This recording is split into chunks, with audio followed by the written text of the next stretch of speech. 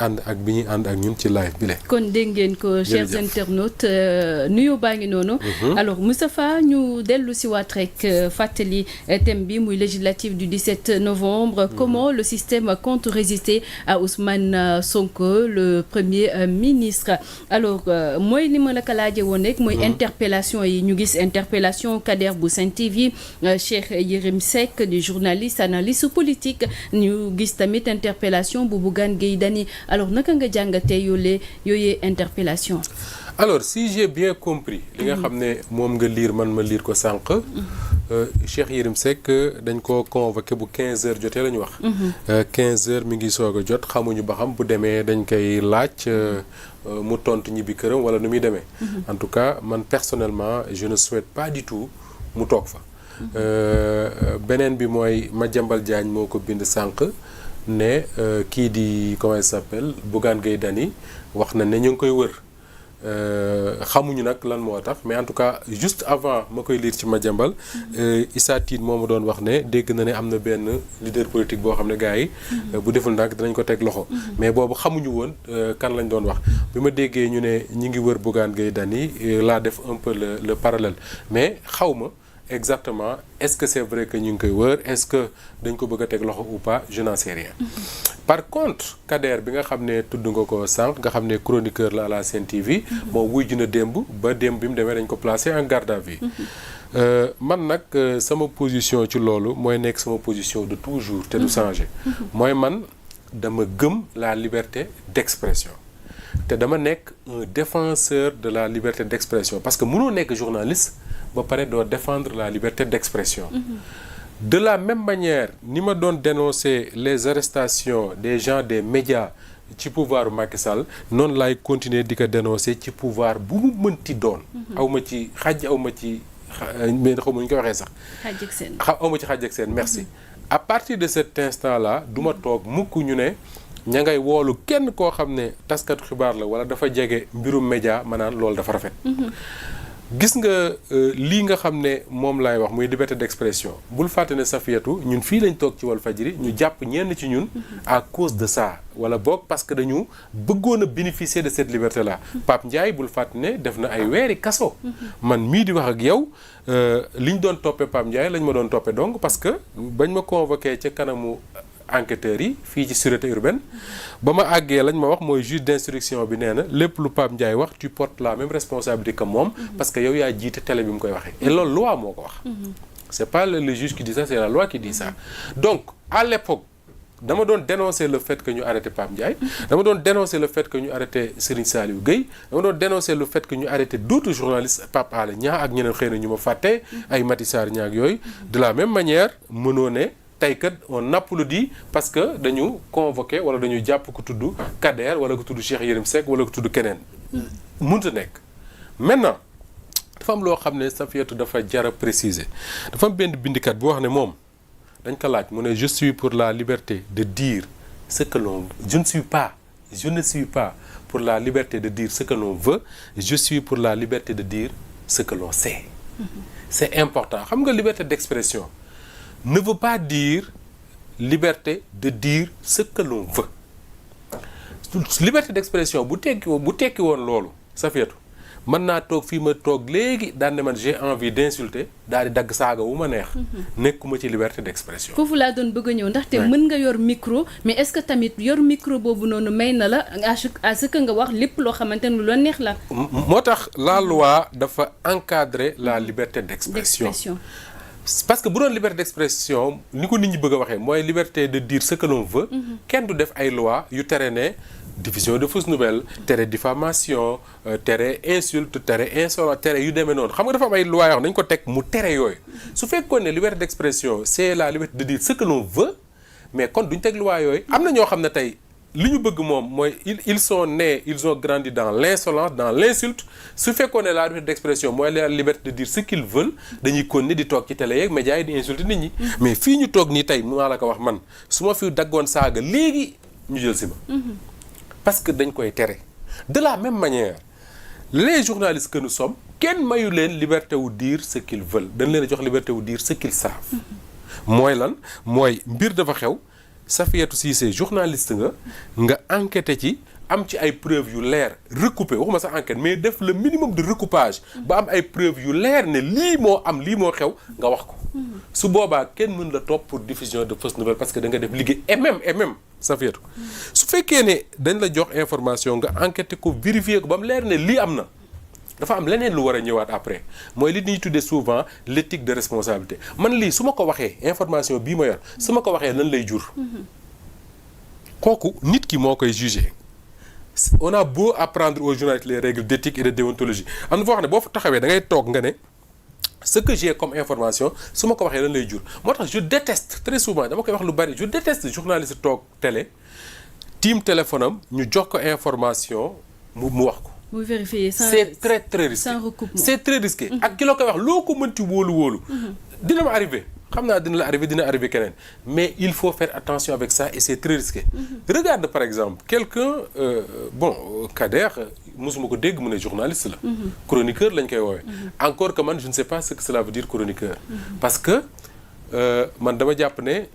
was naa ko wax fii naa ko waxaat le chroniqueur mooy ki nga xam ne dafa am une certaine formation dans un domaine précis par exemple ci wàllu droit ci wàllu santé ci wàllu leneen ak leneen wala wax ci wàllu journalisme parce que foofu la le journaliste chroniqueur di wuutee ak yeneen chroniqueur le journaliste chroniqueur lui le fait que muy pratiquer beaucoup de matière mooy journaliste bi waxuma nag Safiatou Cissé boo xam ne boucléegul 5 ans de carrière ne man journaliste la chroniqueur la ah non le journaliste chroniqueur ci réew yu bari c'est des gens yoo xam ne def nañ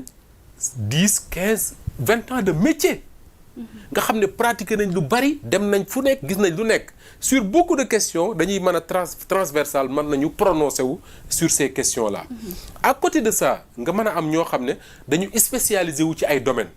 nga jël leen ñuy def ay chroniques sur ces domaines là ñu spécialisé wu ñooñu souvent boo tuddee leneen lu leen concerné wu sax duñ ci wax moo tax da ngay dem ci yenn émission sport yi comme en France par exemple wala ci yenn réew football yu mag yi da nga gis ñu ne la kii kat chroniqueur la ci wàllu football kii chroniqueur la ci Real de Madrid kii chroniqueur la ci Barcelone parce que moom la xam kii chroniqueur la ci basket kii chroniqueur la ci karaté affaire yooyu mais tu verras pas quelqu'un qui parle de tout te amu ci benn expérience bi da ngay gis par exemple man dugg naa ci benn oto en France di déglu benn rajo benn journaliste ñu ne spécialiste du Rassemblement national c'est-à-dire journaliste la kooku mais spécialité am waxuma politique de mais spécialiste la ci Rassemblement national c'est-à-dire que le parti bi nga xam ne Marine Le Pen moo ko jiite moom spécialiste la ci parti boobu donc ci parti boobu rek lay wax et lu ci xew moom lañ koy laaj mi ngi mel ne tey Safiatou Cissé nga ne woon man spécialiste laa ci Pastef tu enquêtes sur le Pastef di xam lu ñuy def lu ñuy wax lu ñu bind ci ñoom nga lire ko pour xam ñoom ñooy kan man nga toog wax ci tey journaliste bu ko defoon Sénégal ñooy dafa far et pourtant ça n'a rien à voir ak far man amoon naa ay temps je disais que man su ma neexoon en prétention ne parti bu mel ne le Rewmi le PS et l'AFP de Moustapha Niasse man mënoon naa taxaw ne spécialiste laa ci parti yooyu pourquoi parce que bi ñuy parti yooyu di juddu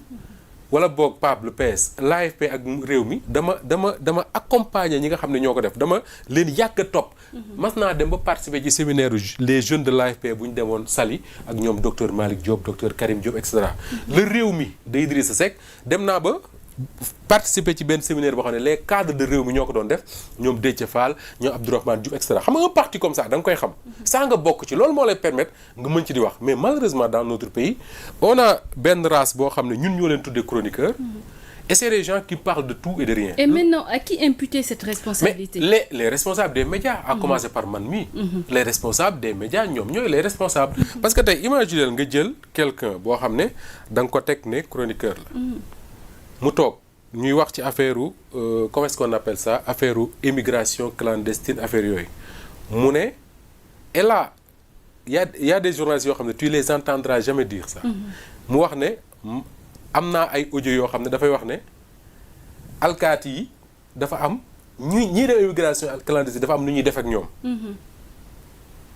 wax ci biir ne ñooñu nga xam ne ñoom ñoo ci faatu sax la police scientifique war na ci dugg pour xool dans quelles conditions la ñu faatoo loolu boo ko waxee même journalistes yi nga xam ne ñoo nekk ak yow les journalistes yi nekk ak yow dinañ xam ne yaa ngi xaabaabal yaa ngi màmm di dem et loolu le minimum à quoi tu peux t'attendre mooy ñu convoquer la pour nga wax ne lii ma wax fii ak fii laa ko teg mais bu fekkoon ne ku xam le métier de journaliste pratiquer ko comme ñeneen ñi ma gis Sen TV ma xam leen bu baax nag c'est des gens qui ont fait leur métier xam ko bu baax ces genres d'informations là tu leur donnes ça bu ñu toogee yor ko nii même lu ñu la wóolu dañ koy vérifier et bu ñu ko vérifier pare ils vont se dire mais quel est l'intérêt de donner cette information là lan moo ma ci mën a fekk lan moo ci mën a fekk ñi nga xam ne ñoom lañ ciy tudd mais là c'est les journalistes qui ne sont pas comme Moustapha Diop qui ont une certaine expérience qui peuvent savoir ça. Encore une fois, Safiatou, man je défends la liberté d'expression, mais je défends pas la liberté de dire ce qu'on veut. Je défends la liberté de dire ce qu'on sait. Et à partir de cet instant-là, ñun ñëpp buñ ci juboo, les journalistes vont faire leur travail tranquillement, di def ay révélations tranquillement, critiquer le gouvernement comme ni mu leen waree parce que daf leen war. critiquer le premier ministre, le président de la République daf leen war te dara du leen ci fekk. D'accord. Voilà. te ñett ñi ñu cité yëpp ay hommes de médias lañ. ku si mel ni Kader Cheikh Yérim Seck ak kii di Bougane Gueye Dany balaa ñoo ñëw si kaawu. Diégui Diop ak. Cheikh Yérim Seck man je sais pas. parce que franchement. déglu naa benn vidéo buñ ma envoyé. ñu njort ne loolu moo tax mais vidéo bi dama ko déglu commencement fin gisuma ci dara lu mu wax lu aay. honnêtement gisuma ci dara lu Cheikh Yérim wax lu aay. est-ce que c'est pour ça je n'en sais rien parce que encore une fois police bu la convoqué man ma police di convoqué fii dañ ma bindal rek pour affaire te concernant. nga dem wuy ci boo demee ba àgg ngay xam ne lii ak lii lañ lay doyee. donc man mënuma toog fii xam wala boog njort ne lii lañ koy doyee attendons de voir. ba xam après on verra. interpellation Bougane bi. non Bougane encore une fois wax naa la ko sax on n'est pas sûr. parce que Madiambal Diagne moo bind ne ñu ngi koy wër. avant boobu wax naa ne la Issa Tine wax ne ma ne am na benn homme politique boo xam ne bu deful ndànk dinañ ko interpeller fii ak waxtu mais boobu on savait pas de qui il s'agit quoi on en parlait comme ça. Madiambal bind ne ñu ngi wër Bougane je me dis quelque part est-ce que du loolu la. mais encore une fois je n'en sais rien. mais buñ ko demee woo bu fekkee moom bu ñu ko wooyee ba mu jàkkaarloog ñi ko woo ay avocat am fekk ko bu ñu génnee dinañ wax ne lii ak lii lañ ko bu boobaa on pourra apprécier c'est différent du cas de Kader. parce que le cas de Kader en fait dès que mu def la vidéo ci nga gis ñëpp naan dinañ ko woo ah. ñëpp di ko wax naan Kader li mu wax nii moom dinañ ko woo. et donc mën nga. njort ne loolu tax ñu woo ko te effectivement loolu moo tax ñu woo ko. d'accord mais même bu fekkee ne oo nañ ko balaa ñuy génn foofu rek. nga yaakaar lu nu mel tamit du nasaxal lii di presse. gis nga lii nasaxal presse li ci njëkk mooy la responsabilité des journalistes eux-mêmes. pour man il faut que ñun journalistes sénégalais yi. ñu rendre compte que nous sommes en train de rendre un mauvais service à notre métier. gis nga tant que les journalistes ne se rendront pas compte de ça dañuy continuer di dem rek yaakaar ne lii ñuy def mooy dëgg te du dëgg. il faut qu'on revienne aux fondamentaux yi mooy lan mooy les journalistes li ñu leen sant mooy collecter de l'information vérifier cette information là traiter ko la diffusion de l'information ça dépend ca télé ba nga xam ne fa ngay liggéeyee wala rajo ba nga xam ne fa ngay liggéeyee wala journal ba nga xam ne fa ngay liggéeyee c'est pas pour rien que ñu fay def ay rédacteurs en chef di fa def ay directeurs de l'information di fa ay directeurs ñooñu ils servent à quoi li leen di sant mooy fexe ba xam information yu ñuy joxe war nañ ko mën a joxe wala déet maintenant ça veut dire il faut faire la différence entre li nga xam ne moo xew dans les médias maintenant man damay xool ma ne souvent boo xoolee ñi nga xam ne ñooy les membres des rédactions mooy journalistes yi nga xam ne dañu bokk ci rédaction nekk sous la responsabilité d'un rédacteur en chef. Je prends l'exemple de Walf, tu prends par exemple Pierre-Edouard Faye et le rédacteur en chef de Walfadjri. Les journalistes qui sont sous sa responsabilité tant que ñu ngi koy déggal doo dégg yenn erreurs yi. tant que ñu ngi koy déggal doo dégg yenn erreurs yi à côté de ça nag da ngay am beneen groupe boo xam ne ay chroniqueurs lañ leen di woowee man mii ci laa bokk ñeneen ci lañ bokk et ñooñu très souvent nekkuñu dans les rédactions c'est des gens qui viennent et qui font des interventions sur des actualités bien précises ñooñu su fekkee ne amuñu expérience bi amuñu vécu bi amuñu bagage bi il peut arriver qu'ils disent des bêtises. D'accord.